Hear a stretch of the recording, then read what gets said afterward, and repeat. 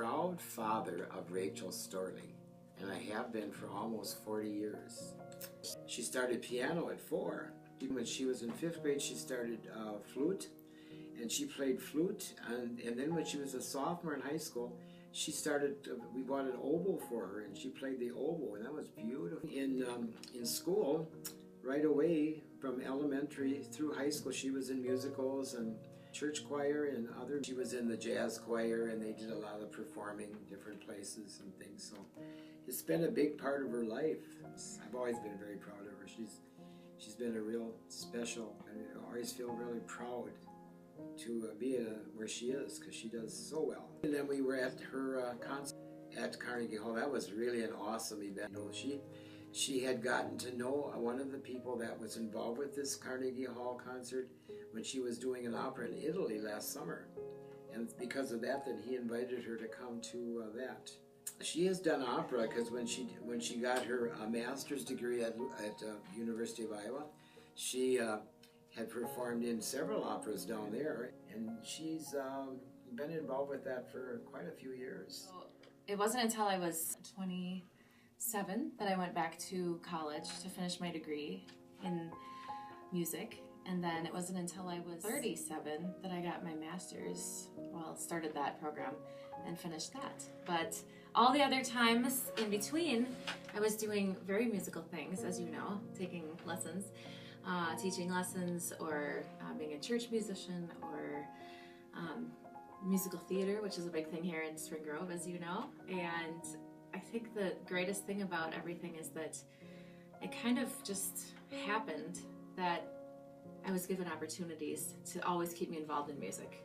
And instead of it hitting me over the head, like, this should be your career, Rachel, I kind of took my own time and did a lot of different things. My piano teacher in Caledonia, Carolyn Tornstrom, was a huge influence on me. She actually probably would say, if she was sitting right here next to me and you, she would say, well, she had a strong ear and she was natural at music, but she could have worked harder.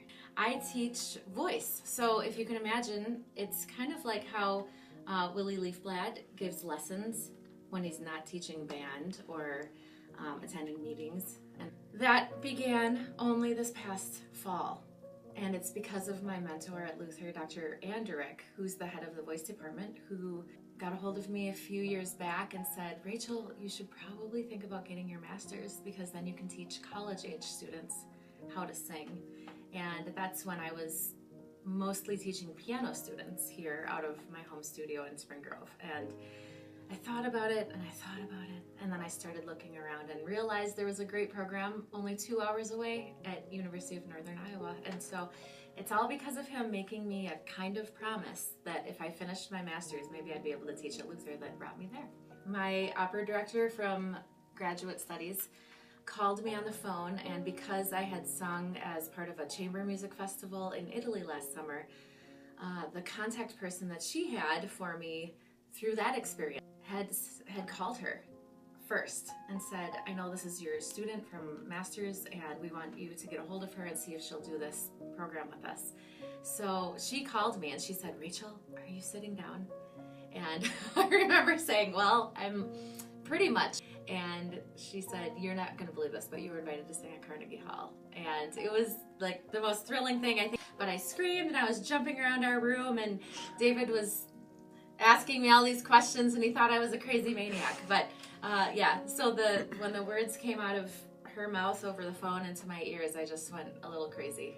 And really what ended up happening was that I was given the opportunity to sing about 10 to 15 minutes of my own program. And so I chose 2 arias. One was Italian and one of them was French. And I was part of a program of chamber music at Carnegie Hall in their recital hall that's called the Viol Recital Hall. And so it wasn't a tour of just me. I was there attending as a program participant. And it enabled me to travel in Italy and perform many concerts, but they were all in the same town. And before that, I had the wonderful, wonderful opportunity to visit Croatia, which is the country that I had always wanted to go to. I think I was part of three concerts, and then I was also in an opera scenes program there. So that was, I think, my 4th concert. One, nobody came with me.